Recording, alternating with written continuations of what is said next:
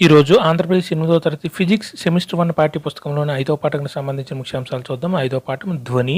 ఇందులో 102 నుంచి 131 పేజీ వరకు. ఒక వస్తువు చలనం అటు ఇటు లేదా ముందుకు వెనుక కదులుతూ ఉంటే దానిని ఏమంటారు? కంపనాలు అంటారు. ఒక వస్తువు చలనం అటు ఇటు లేదా ముందుకు వెనుక కదులుతూ ఉంటే దానిని ఏమంటారంటే కంపనాలు అంటారు. సాగదీసిన రబ్బరు పట్టీని మీటినప్పుడు అది కంపిస్తూ ధ్వనిని ఉత్పత్తి చేస్తుంది. అది కంపించడం ఆగిపోతే ఏమి ఉత్పత్తి చేయదంటే ధ్వనిని ఉత్పత్తి చేయదు. సాగదీసిన రబ్బరు పట్టీని మీటినప్పుడు అది కంపిస్తూ ధ్వనిని ఉత్పత్తి చేస్తుంది. అది కంపించడం ఆగిపోతే ఏమి ఉత్పత్తి చేయదంటే ధ్వనిని ఉత్పత్తి చేయదు. అంటే కంపించే వస్తువులు దేనిని ఉత్పత్తి చేస్తాయంటే ధ్వనిని ఉత్పత్తి చేస్తాయి. కాబట్టి కంపించే వస్తువులు మాత్రమే ధ్వనిని ఉత్పత్తి చేస్తాయి. కొన్ని సందర్భాల్లో ఈ కంపనాలు మనం సులువుగా చూడగలం, కానీ చాలా సందర్భాల్లో చాలా తక్కువగా ఉన్నందున వాటిని మనం చూడలేం. వాటి కంపనాల యొక్క కంపన పరిమితి చాలా తక్కువగా ఉండటం వల్ల వాటిని మనం చూడలేం. కంపించే వస్తువు దేనిని ఉత్పత్తి చేస్తుందంటే ధ్వనిని ఉత్పత్తి చేస్తుంది. కొన్ని సందర్భాల్లో ఈ కంపనాలు మనం సులువుగా చూడగలం, కానీ చాలా సందర్భాల్లో చాలా తక్కువగా ఉండడం వల్ల మనం వాటిని చూడలేమనంటే ఆ కంపనాల యొక్క పరిమితి తక్కువగా ఉండటం వల్ల ఆ కంపనాలను మనం చూడలేము. మానవులచే ఉత్పత్తి అయ్యే ధ్వని. మానవుల్లో దేని ద్వారా ధ్వని ఉత్పత్తి జరుగుతుందంటే స్వరపేటిక. మింగేటప్పుడు గొంతుపై చేతి వ్రేలిని ఉంచితే కాస్త గట్టిగా ఉబ్బెత్తుగా ఉండే భాగం కదలడాన్ని గమనించవచ్చు. ఈ భాగాన్ని ఏమంటారంటే స్వరపేటిక అంటారు. మింగేటప్పుడు గొంతుపై చేతి వ్రేలిని ఉంచితే కాస్త గట్టిగా ఉబ్బెత్తుగా ఉండే భాగం కదలడాన్ని గమనించవచ్చు. ఈ భాగాన్ని ఏమంటారంటే స్వరపేటిక అంటారు. ఇది స్వరనాళాన్ని పై చివర ఉంటుంది. గాలి ప్రసారం కొరకు స్వరపేటిక అడ్డంగా సాగదీయబడిన ఎన్ని స్వరతంత్రులు సన్నని చీలికతో ఉంటాయంటే రెండు స్వరతంత్రులు. ఇది స్వరనాళానికి పై చివర ఉంటుంది. అంటే స్వరపేటిక స్వరనాళానికి పై చివర ఉంటుంది. గాలి ప్రసారం కొరకు స్వరపేటిక అడ్డంగా సాగదీయబడిన ఎన్ని స్వరతంత్రులు సన్నని చీలికతో ఉంటాయంటే 2 స్వరతంత్రులు సన్నని చీలికతో ఉంటాయి. ఊపిరితిత్తులు గాలిపై ఒత్తిడి కలుగజేసి ఈ సన్నని చీలికల గుండా ప్రసరింపజేసినప్పుడు ఏవి కంపించి ధ్వని ఉత్పత్తి అవుతుందంటే స్వరతంత్రులు. ఊపిరితిత్తులు గాలిపై ఒత్తిడి కలుగజేసి ఈ సన్నని చీలికల గుండా ప్రసరింపజేసినప్పుడు ఏవి కంపించి ధ్వని ఉత్పత్తి అవుతుందంటే స్వరతంత్రులు కంపించి ధ్వని అనేది ఉత్పత్తి అవుతుంది. ఈ స్వరతంత్రులను అనుసంధానించి ఉన్న కండరాలు స్వరతంత్రులను బిగుతుగా వదులుగా మార్పు చేయగలరు. ఏవి బిగుతుగా సన్నంగా ఉన్నప్పుడు ఉత్పత్తి అయ్యే ధ్వని అవి వదులుగా మందంగా ఉన్నప్పుడు ఉత్పత్తి అయ్యే ధ్వని కంటే భిన్నంగా ఉండు స్వరతంత్రులు. ఈ స్వరతంత్రులు అనుసంధానించి ఉన్న కండరాలు స్వరతంత్రులను బిగుతుగా వదులుగా మార్పు చేయగలవు.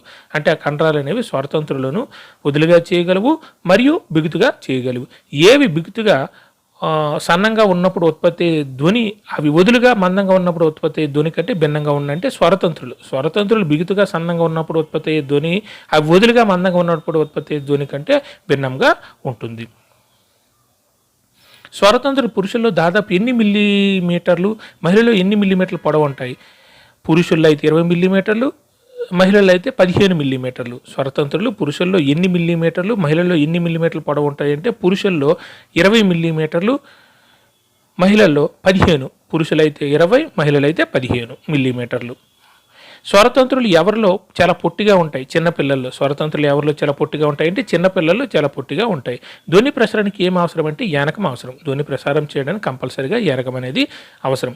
ఒక పాత్ర నుండి గాలిని పూర్తిగా తొలగించినా ఆ పాత్రలో ఏమి ఉన్నట్లుగా చెప్పవచ్చు. శూన్యం లేదా శూన్య ప్రదేశం. ఓ పాత్ర నుంచి పూర్తిగా గాలి తొలగిస్తే ఆ ప్రదేశంలో ఏముందని చెప్పవచ్చు అంటే శూన్యం లేదా శూన్య ప్రదేశం ఉందని చెప్పవచ్చు. ధ్వని దేని గుండా ప్రయాణించదు. ధ్వని అనేది శూన్యం గుండా ప్రయాణం చేయదు.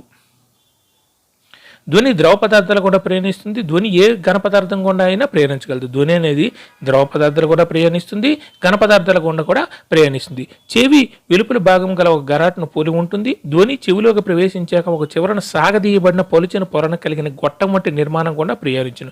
ఈ పొరను మనం ఏమంటారంటే కర్ణబేర్ అంటారు. చెవి వెలుపల భాగం ఒక గరాటును పోలి ఉంటుంది. ధ్వని చెవిలోకి ప్రవేశించాక ఒక చివరన సాగదీయబడిన పొలిచిన పొరను కలిగిన గొట్టం వంటి నిర్మాణం గుండా ప్రయాణించును. ఈ పొరను మనం ఏమంటామంటే కర్ణబేరి అంటాం. కర్ణబేరి సాగదీసిన రబ్బరు పొరలా ఉంటుంది. ధ్వని కంపనాలు కర్ణబేరిని కంపించేలా చేస్తాయి. కర్ణబేరి లోపలి చెవికి కంపనాలను పంపుతుంది. అక్కడి నుండి సంకేతాలను ఎక్కడికి చేరబడబడతాయి? ఈ విధంగా మనం శబ్దాన్ని వినగలుగుతాం. అక్కడి నుంచి సంకేతాలు అనేవి మెదడుకి చేరవేయబడతాయి. కర్ణబేరి సాగదీసిన రబ్బరు పొరలా ఉంటుంది. ధ్వని కంపనాలు కర్ణబేరిని కంపించేలా చేస్తాయి. కర్ణబేరి లోపలి చెవికి కంపనాలను పంపుతుంది. అక్కడి నుండి సంకేతాలు ఎక్కడికి చేరవేయబడతాయి, ఈ విధంగా మనం శబ్దాన్ని వినగలుగుతామంటే మెదడుకు చేరవేయబడతాయి, ఆ విధంగా మనం శబ్దాలను వినగలుగుతాం. కంపనం యొక్క కంపన పరిమితి, డోలనావర్తన కాలం, తరచుదనం అంటే ఏమిటో మనం ఇప్పుడు చూద్దాం. కంపనం యొక్క కంపన పరిమితి, డోలనావర్తన కాలం, తరచుదనం. ఒక వస్తువు ముందుకు వెనుక కదలడానికి కంపనం అని అంటారని మనకు తెలుసు. ఈ చలనాన్ని ఏమని కూడా అంటారంటే డోలన చలనం అంటారు. ఒక వస్తువు ముందుకు వెనుక కదలడానికి కంపనం అంటారని మనకు తెలుసు. ఈ చలనాన్ని ఏమని కూడా అంటారంటే డోలన చలనం అని కూడా అంటారు. ఒక సెకండ్లో చేసే కంపనాల సంఖ్యను ఏమంటామంటే తరచుదనం లేదా పౌనఃపున్యం. ఒక సెకండ్లో చేసే కంపనాల సంఖ్యను ఏమంటామంటే తరచుదనం లేదా పౌనఃపున్యం. పౌనఃపున్యం అంటే సింపుల్గా ఒక సెకండ్లో చేసే కంపనాల సంఖ్య. పౌనఃపున్యం ఎందులో కొలుస్తారంటే హెడ్జ్, దాని గుర్తు ఏంటంటే హెచ్జెడ్. పౌనఃపున్యం ఎందులో కొలుస్తారంటే హెడ్జ్లో కొలుస్తారు, దాని గుర్తు హెచ్జెడ్.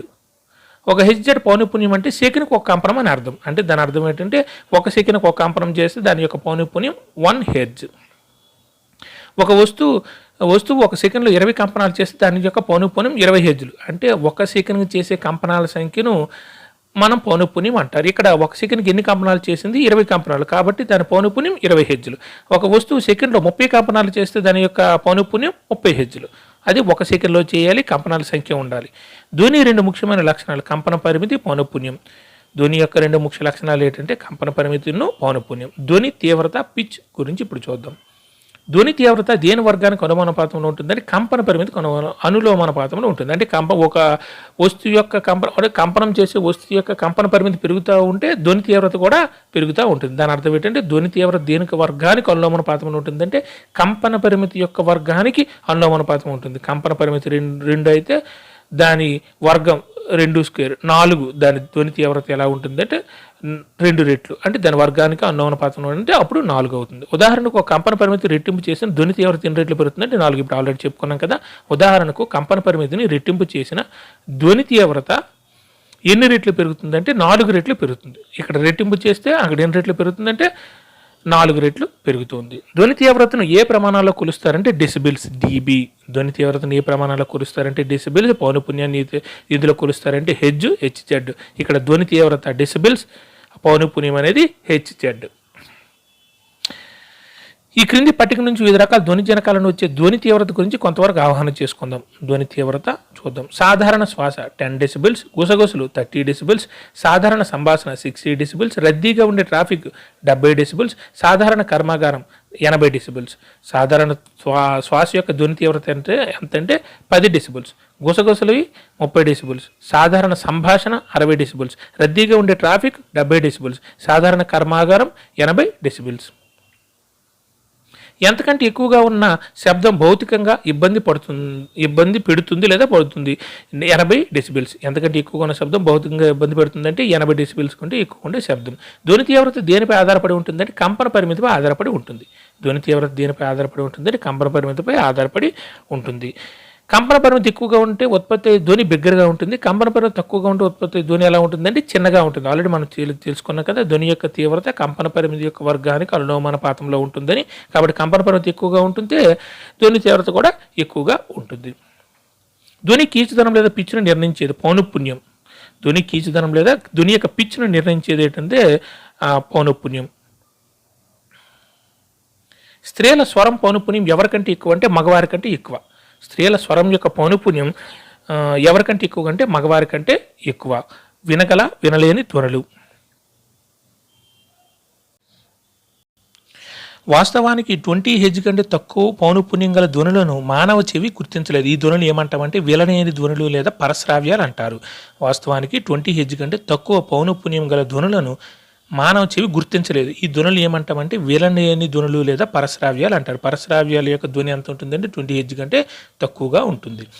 అలాగే ఎంతకంటే ఎక్కువ పౌనఃపున్యం కలిగిన ధ్వనులను కూడా మానవ చెవి గుర్తించలేదంటే 20,000 హెర్ట్జ్ కంటే ఎక్కువ పౌనఃపున్యం ధ్వనులను మన చెవి గుర్తించలేదు. అలాగే ఎంతకంటే ఎక్కువ పౌనఃపున్యం కలిగిన ధ్వనులను కూడా మానవ చెవి గుర్తించలేదంటే 20,000 హెర్ట్జ్. మానవ చెవి వినగలిగే పౌనఃపున్య అవధి 20 హెర్ట్జ్ నుండి 20,000 హెర్ట్జ్. మానవ చెవి వినగలిగే పౌనఃపున్య అవధి 20 హెర్ట్జ్ నుండి 20,000 హెర్ట్జ్. కొన్ని జంతువులు 20,000 హెర్ట్జ్ కంటే ఎక్కువ పౌనఃపున్యం కలిగిన శబ్దాలను వినగలవు. వేటికి అటువంటి సామర్థ్యం ఉందంటే కుక్కలకు. కొన్ని జంతువులు 20 హెర్ట్జ్ కంటే ఎక్కువ పౌనఃపున్యం కలిగిన శబ్దాలను వినగలవు. వాటికి ఎటువంటి సామర్థ్యం ఉందంటే వేటికి అటువంటి సామర్థ్యం ఉంటుందంటే కుక్కలకు అటువంటి సామర్థ్యం ఉంది. తర్వాత కఠోర ధ్వని సంగీతం.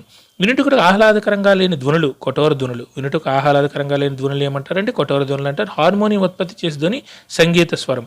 హార్మోనియం ఉత్పత్తి చేసే ధ్వని ఏంటంటే సంగీత స్వరం. ధ్వని కాలుష్యం.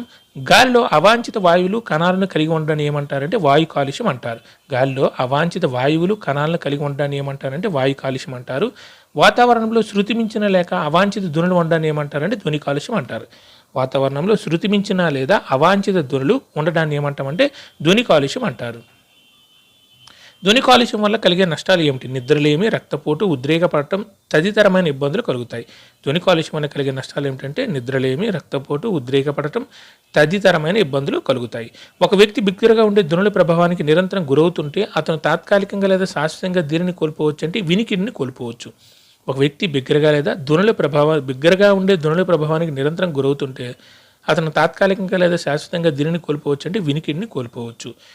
ధ్వని ప్రకంపనలను కర్ణబహిర్ గ్రహిస్తుంది. ఇది మెదడుకు సంకేతాలను పంపుతుంది. ఈ ప్రక్రియను ఏమంటారంటే వినికిడి అంటారు. ధ్వని ప్రకంపనలను కర్ణబహిర్ గ్రహిస్తుంది. ఇది మెదడుకు సంకేతాలను పంపుతుంది. ఈ ప్రక్రియను ఏమంటారంటే వినికిడి అంటారు.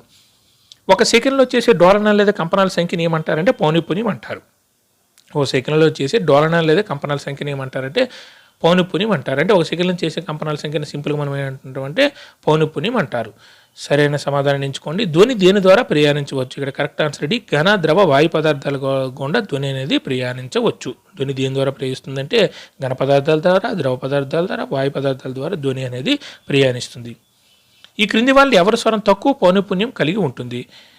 కరెక్ట్ ఆన్సర్ శ్రీ మగవాడు. ఈ క్రింది వాళ్ళు ఎవరి స్వరం తక్కువ పౌనఃపున్యం కలిగి ఉంటుందంటే మగవాడి యొక్క స్వరం తక్కువ పౌనఃపున్యం కలిగి ఉంటుంది.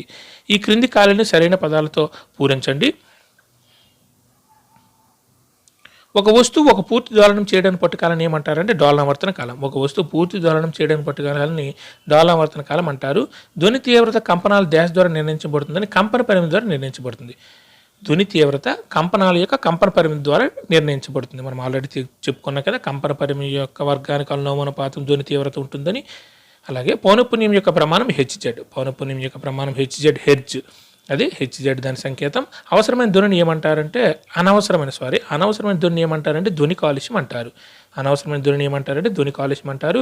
ధ్వని కీచుదనం డాష్ ద్వారా నిర్ణయించబడుతుంది అంటే పౌనఃపున్యం ద్వారా నిర్ణయించబడుతుంది. ధ్వని కీచుదనం దేని ద్వారా నిర్ణయింపబడుతుంది అంటే పౌనఃపున్యం ద్వారా నిర్ణయించబడుతుంది. ఒక లోలకం 4 సెకండ్లో 40 కంపనాలు చేసింది. దాని డోలనావర్తన కాలాన్ని పౌనఃపున్యాన్ని తెలపండి అంటున్నారు. డోలనావర్తన కాలం అంటే 1 సెకండ్లు చేసే కంపనాల సంఖ్యను మన పౌనఃపున్యం అంటారు. లేదా కంపనాలు చేయడానికి ఒక కంపనం చేయడానికి పట్టుకాలం. ఇక్కడ 40 కంపనాలు చేయడానికి పట్టుకాలం 4 సెకండ్లు. అదే ఒక కంపనం చేయడానికి పట్టుకాలం 4/40 = 0.1 సెకండ్లు. ఒక కంపనం చేయడానికి పట్టు కాలం లేదా ఒక డోలనం చేయడానికి పట్టు కాలాన్ని మనం ఏమంటామంటే డోలనావర్తన కాలం అంటాం సింపుల్గా. ఇక్కడ 40 కంపనాలు చేయడానికి పట్టు కాలం 4 సెకండ్లు. అదే ఒక కంపనం చేయడానికి పట్టు కాలము బై ఆ కంపనాల యొక్క సంఖ్య 4/40 = 0.1 సెకండ్. పౌనఃపున్యం అంటే 1 సెకండ్లో చేసే కంపనాల సంఖ్య. ఇక్కడ రివర్స్లో 4 సెకండ్లో 40 కంపనాలు చేస్తుంది. అదే ఒక కంపనం చేయడానికి పట్టు కాలం 40/4 10 హెర్జ్లు. ఇక్కడ పౌనఃపున్యం అంటే మనం ఆల్రెడీ నేర్చుకున్నాం కదా, 1 సెకండ్లో చేసే కంపనాల సంఖ్య. ఇక్కడ 4 సెకండ్లకి ఇచ్చారు 40 కంపనాలని, మనం 1 సెకండ్ కనుక్కోవాలి. అంటే దాని అర్థం ఏంటంటే 4 భాగాలు విడదీస్తే 1 సెకండ్ వచ్చేస్తుంది, 1 సెకండ్కి వచ్చేస్తుంది. ఇక్కడ 4 సెకండ్లు ఇచ్చారు కాబట్టి 40/4 10 హెచ్జెడ్. సింపుల్గా డోలనావర్తన కాలానికి విలోమానుపాతం అనమాట. పౌనఃపున్యం అనేది డోలనావర్తన కాలం, పౌనఃపున్యం ఒకదానికొకటి విలోమానుపాతంలో కరెక్ట్గా ఉంటాయి. డోలనావర్తన కాలం లేదా కంపనావర్తన కాలం అంటే ఒక కంపనం చేయడానికి పట్టు కాలం. ఇక్కడ 40 కంపనాలు చేయడానికి 4 సెకండ్లు పడుతుంది. ఒక కంపనం చేయడానికి 4/40 = 0.1 సెకండ్. అలాగే పౌనఃపున్యం అయితే 1 సెకండ్లు చేసే కంపనాల సంఖ్య. ఇక్కడ 4 సెకండ్లు 40 కంపనాలు చేస్తే 1 సెకండ్కు చేసే కంపనాల సంఖ్య. కాబట్టి 40/4 10 హెర్జ్. ఒక దోమ 1 సెకండ్లో తన రెక్కలను 50 సార్లు కంపింప చేయడం వల్ల దానిని ధ్వని ఉత్పత్తి అవుతుంది. ఈ కంపనాల డోలనావర్తన కాలం ఎంత అంటున్నారు?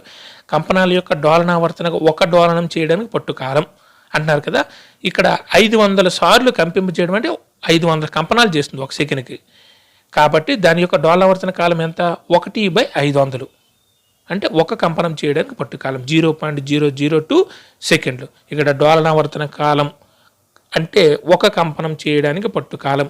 ఇక్కడ 500 కంపనాలు 1 సెకనుకి చేస్తాయి. ఒక కంపనం చేయడానికి పట్టు కాలం కాలము బై ఆ కంపనాల సంఖ్య. కాలం ఎంత 1 సెకను బై కంపనాల సంఖ్య 500. ఇప్పుడు ఒక కంపనం చేయడానికి పట్టు కాలం వస్తుంది 1/500 0.0002 సెకండ్లు. మెరుపు ఉరుము ఆకాశంలో ఉండే సమయంలో మన నుండి ఒకే దూరంలో సంభవిస్తాయి. కానీ మెరుపును ముందుగా చూసిన తర్వాత శబ్దాన్ని వింటాం. అలా ఎందుకు జరుగుతుందో వివరించగలరా? ఇప్పుడు మనం చిన్నప్పటి నుంచి నేర్చుకుంది కాంతి వేగం అనేది ధ్వని వేగం కంటే ఎక్కువగా ఉంటుంది. మెరుపు ఉరుము ఒకసారే వస్తాయి. కాంతి యొక్క వేగం ఎక్కువ కాబట్టి ముందు మనకు మెరుపు కనిపిస్తుంది. తర్వాత ధ్వని వెనక నుంచి దాని యొక్క వేగం కాంతి వేగం కంటే ధ్వని వేగం తక్కువ కాబట్టి ధ్వని అనేది ఉరుము అనేది వెనక నుంచి వస్తుంది. సింపుల్గా మెరుపు ఉరుము ఒకేసారి వచ్చినా ముందు మెరుపు కనిపిస్తుంది, తర్వాత ఉరుము వినిపిస్తుంది. ఎందుకంటే ముందు మెరుపు కనిపిస్తుందంటే కాంతి యొక్క వేగం ధ్వని వేగం కంటే ఎక్కువ కాబట్టి కాంతి వేగం అంటే ఇక్కడ దేని యొక్క వేగం? మెరుపు వేగం. మెరుపు అనేది ముందుగా కనిపిస్తుంది. నెమ్మదిగా వచ్చే ధ్వని వేగం తక్కువ కాబట్టి కాంతి కంటే అప్పుడు ఉరుము అనేది వినిపిస్తుంది. Thank you.